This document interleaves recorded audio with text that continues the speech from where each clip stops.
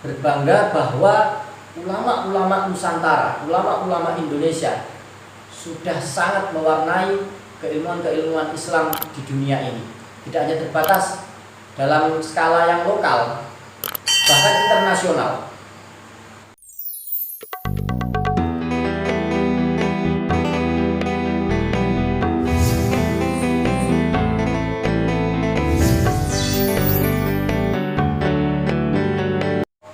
Bismillahirrahmanirrahim. Assalamualaikum warahmatullahi wabarakatuh. Alhamdulillahi rabbil alamin. Wabihi nasta'inu ala umuri dunya waddin. Wassalatu wassalamu ala ashrafil sayyidil mursalin wa ala alihi wa ashabihi ajma'in. Amma ba'du. Para pendengar rahimakumullah, alhamdulillah rabbil alamin, kita harus banyak-banyak bersyukur kita masih diberi kesempatan untuk bisa menikmati dan menghirup udara di bulan suci Ramadan ini. Alhamdulillah. Saudara-saudara sekalian, hari ini kita masih bisa menjumpai bulan Ramadan. Marilah di 10 hari terakhir bulan Ramadan ini kita perbanyak, kita semangat, kita genjot terus ibadah kita, karena sesuai dengan sabda baginda Rasulullah SAW bahwa 10 hari terakhir di bulan Ramadan adalah Lailatul Qadar. Maka mari kita perbanyak ibadah kita. Yang belum khatam, semoga semakin semangat mengaji sehingga bisa khatam Qur'annya. Yang mungkin jarang sholat sunnah di hari-hari biasa, mari kita sholat sunnah tasbih, sholat sunnah hajat, dan lain-lain. Kita perbanyak sholat sunnah, kita perbanyak mengaji, kita perbanyak sedekah, kita perbanyak sholawat, dengan harapan semoga kita bisa menggapai Lailatul Qadar. Semoga Allah Subhanahu wa Ta'ala menerima segala kebaikan dan amal kita, dan semoga Allah Subhanahu wa Ta'ala meridhoi kita semuanya. Amin ya rabbal alamin. Para pendengar rahimakumullah, pada sore hari ini saya akan menceritakan, ini ada kitab yang sangat menarik sekali. Judulnya adalah Nuzhatul Afham Fima Ya'tarifut Tukhon Minal Ahkam. Dari judulnya saja sudah sangat menarik. Karena apa? Kitab ini membahas tentang dukhon atau rokok. Nah, di sini dari judulnya sudah sangat menarik. Lebih menarik lagi yaitu penulisnya. Siapa penulisnya? Pengarangnya yaitu di sini tertulis Fadilatul Syekh Al-Falaqi Al-Faqih Al-Allamah Al-Usuli Ahmad Dahlan bin Abdillah Al-Pacitani Al-Jami. Nah, ini sangat menarik sekali. Jadi penulisnya adalah Al-Allamah Simbah Kiai Haji Ahmad Dahlan bin Abdullah bin Abdul Manan, pendiri Pondok Pesantren Termas Pacitan. Ini Nuzhatul Afham ini adalah salah satu karya beliau dari sekian beberapa karya-karya beliau yang lain. Sedikit di sini akan saya bacakan biografi beliau sebagaimana tertulis dalam kitab beliau. Nuzhatul Afham ini memuat biografinya, yaitu namanya yang tertulis yaitu Syekh Al-Allamah Al-Falaqi Al-Faqih Al-Usuli Ahmad Dahlan bin Al-Allamah Al-Faqih Abdullah bin Al-Allamah Al-Haj Abdul Manan Diponegoro Al-Pacitani As-Semarangi Asy-Syafi'i. Bagi sahabat-sahabat sekalian yang belum mengetahui kenapa kok ada Al-Fajitani, ada As-Semarani. Jadi Syekh Ahmad Dahlan adalah putra dari Kiai Haji Abdullah, pengasuh generasi kedua dari perguruan Islam Pondok Termas. Nah, beliau di masa mudanya sama seperti Syekh Mahfud, beliau bersama simbah guru Kiai Haji Dimyati bersama Kiai Haji Abdul Razak, beliau bertiga pergi ke Mekah untuk berguru.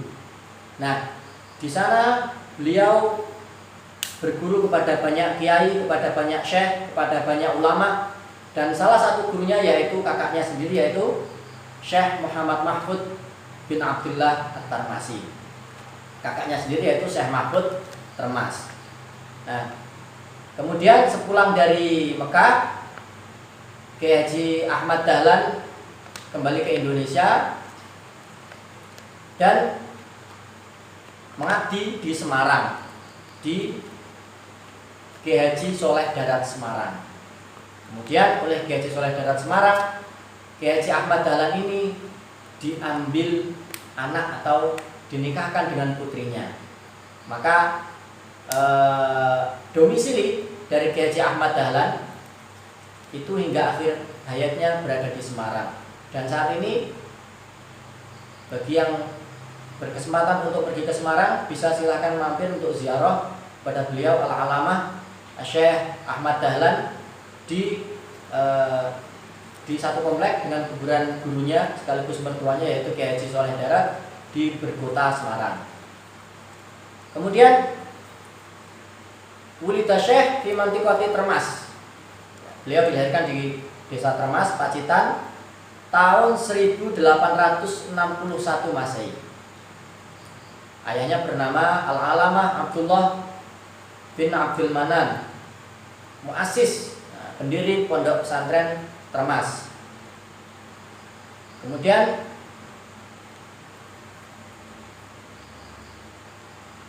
beliau mempunyai banyak guru.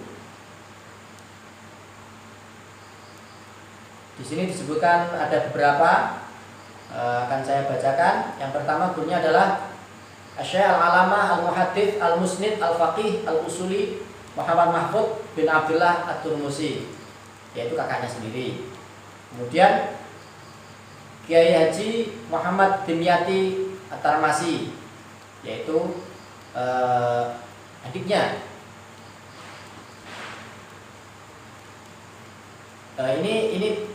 Maaf ralat, ini bukan gurunya tapi saudaranya, yaitu yang kedua Kiai Haji Muhammad Dimyati At-Tarmasi. Kemudian yang ketiga yaitu Syekh Muhammad Bakri bin Abdullah At-Turmusi. Kemudian yang keempat Syekh Kiai Abdul Razak bin Abdullah At-Turmusi, yaitu simbah Kiai Haji Abdul Razak. Kemudian beliau memiliki beberapa murid. Nah, di sini ada hal yang menarik. Mungkin kita banyak yang ketika kita ketikkan misalnya di Google nama Ahmad Dahlan, maka yang muncul pertama kali yaitu Kiai Haji Ahmad Dahlan, pendiri Muhammadiyah. Padahal bisa dicek bahwa Kiai Haji Ahmad Dahlan nama kecilnya bukan Ahmad Dahlan. Dan mungkin bagi yang belum tahu, Kiai Haji Ahmad Dahlan juga berguru kepada Kiai Haji Soleh Darat. Nah, di sini disebutkan yaitu bahwa Syekh Ahmad Dahlan At-Tarmasi mempunyai banyak murid. Yang terkenal yaitu Syekh Ahmad Dahlan Al-Jogjawi, pendiri Jamiah Muhammadiyah. Dan beliau ini yang berkawan dengan Syekh Al-Alamah Al-Faqih Muhammad Hashim Asy'ari Al-Jumbangi, pendiri Nahdlatul Ulama. Jadi sudah terkenal. Mungkin kalau dulu mungkin belum terlalu banyak yang tahu. Sekarang sudah di internet sudah banyak tersebar bahwa memang Kiai Haji Ahmad Dahlan dan Hadratus Syekh Kiai Haji Hashim Asy'ari itu tunggal guru, baik ketika berguru di Semarang dengan Kiai Haji Soleh Darat maupun ketika berada di Tanah Suci Mekah. Di sini ada beberapa karangannya beliau yang tercatat ada 5. Yang pertama Natijat Al-Miqat, terus ada Tadhkiratul Ikhwan, kemudian ada Bulughul Wator, nah, kemudian ada Fathul Majid fi Bayanit Taqlid, dan yang terakhir ada kitab ini yaitu Nuzhatul Afham fi ma ya'tarifu dukhon minal ahkam.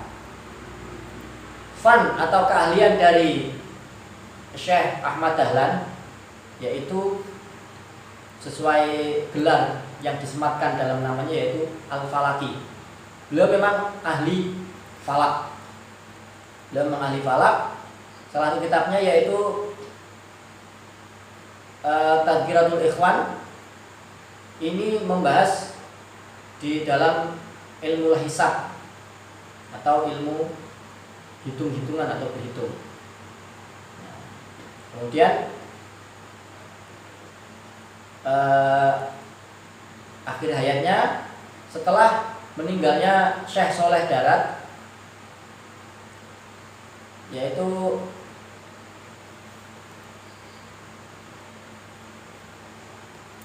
kemudian Syekh Ahmad Dahlan meninggal pada hari Ahad tanggal 7 Syawal tahun 1329 Hijriah yang bertepatan dengan 1911 Masehi.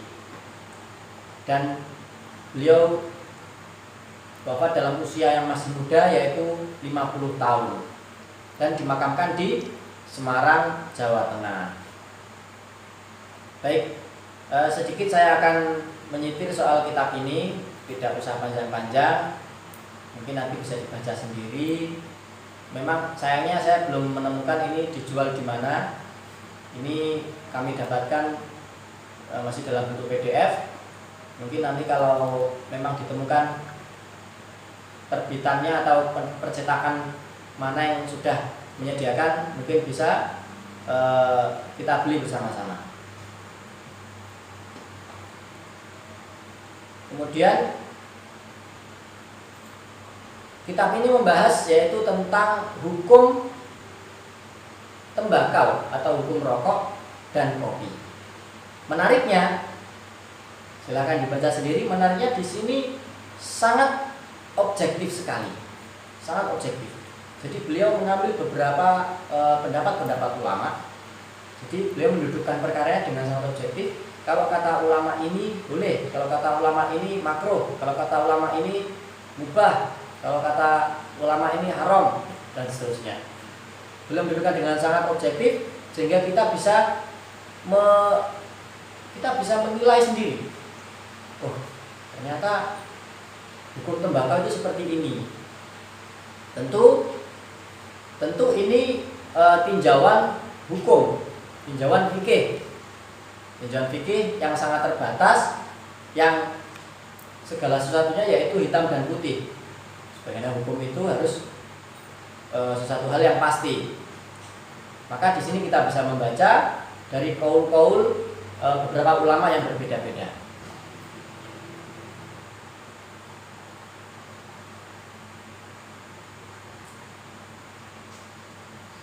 Seperti ada seorang syekh yaitu yang menilai bahwa tembakau itu mubah. Ada beberapa syekh yang menilai seperti itu. Ada juga yang mengharamkan. Di sini ada satu bab yang cukup menarik. Justru kebanyakan kaum sufi itu mengharamkan tembakau. Nah, itu satu judul. Tentu kita tidak bisa menelan mentah-mentah hanya dari membaca judulnya saja. Kita juga belum membaca isinya, tapi kalau saya membaca isinya tentu akan sangat memakan banyak waktu. Maka ini sedikit saja ulasan yang bisa kami sampaikan. Intinya dari beberapa paparan yang saya sampaikan yang sangat terbatas dan singkat ini, kita bisa mengambil beberapa kesimpulan, yaitu yang pertama kita harus berbangga bahwa ulama-ulama Nusantara, ulama-ulama Indonesia sudah sangat mewarnai keilmuan-keilmuan Islam di dunia ini. Tidak hanya terbatas dalam skala yang lokal, bahkan internasional. Ulama kita dahulu kelasnya sudah menjadi seorang guru besar di Masjidil Haram, di Mekah dan di Madinah, yaitu antara lain kakak dari Syekh Ahmad Dahlan, yaitu Syekh Muhammad Mahfud At-Tarmasi. Tapi kebanggaan ini tidak boleh kita teruskan dengan sekedar bangga dan kemudian sombong. Tentu kita harus berbangga dan mencontoh, meneladani, kemudian sebisa mungkin kita berusaha meniru sedikit-sedikik jejaknya. Mungkin kalau tidak bisa dengan perilaku dan tirakatnya, ya kita bagaimana mengenalkan ke khalayak Indonesia bahwa ini loh, kita itu harus berbangga jadi orang Indonesia, tidak boleh minder. Kita itu jaya di masa lalu, kan masa tidak bangga malah pengen ke barat-baratan. Tidak seperti itu. Kita juga harus bangga dengan ulama-ulama kita yang go internasional. Kemudian khazanah kitab-kitab klasik milik ulama Nusantara itu sangat amat banyak dan beragam. Ini hanya satu contoh dari sekian banyak kitab-kitab klasik yang ada. Ini baru Kiai Haji Ahmad Dahlan yang ahli falak. Nanti ada yang ahli Al-Quran, ada yang ahli tafsir, ada yang ahli hadis, dan lain sebagainya. Sangat banyak sekali. Kalau dikumpulkan, Masya Allah, entah berapa ratus, entah berapa ribu macam kitab yang dimiliki oleh ulama Nusantara. Dari abad awal masuk Islam, abad berapa itu? 16, Kerajaan Aceh, Syekh Abdul Rauf Asingkili, Syekh Hamzah Al-Fansuri, dan lain-lain. Sampai ulama modern hari ini seperti Kiai Haji Afifuddinnya Jombang yang telah menulis kitab berapa jilid kemarin, 2 jilid atau 3 jilid, Masya Allah. Terus ulama-ulama kita terus menulis karya. Al-Habib Prof. Quraisy Shihab, tafsirnya yang Al-Misbah yang Masya Allah banyak sekali. Itu hingga hari ini tidak berhenti ulama kita terus berkarya dan menulis. Maka kita harus berbangga, tapi tidak hanya berhenti dengan bangga, kita juga harus meneladani dan ya mensupport, meniru sedikit-sedikit. Syukur kalau bisa banyak otomatis. Kalau sulit ya sebisa mungkin kita tiru. Baik, mungkin sekian yang dapat kami sampaikan, kurang lebihnya mohon maaf. Terus berbangga, terus meneladani, jangan pernah bosan untuk meneladani ulama-ulama Nusantara kita. Allahumma muwaffiq ila aqwamit thoriq. Wassalamualaikum warahmatullahi wabarakatuh.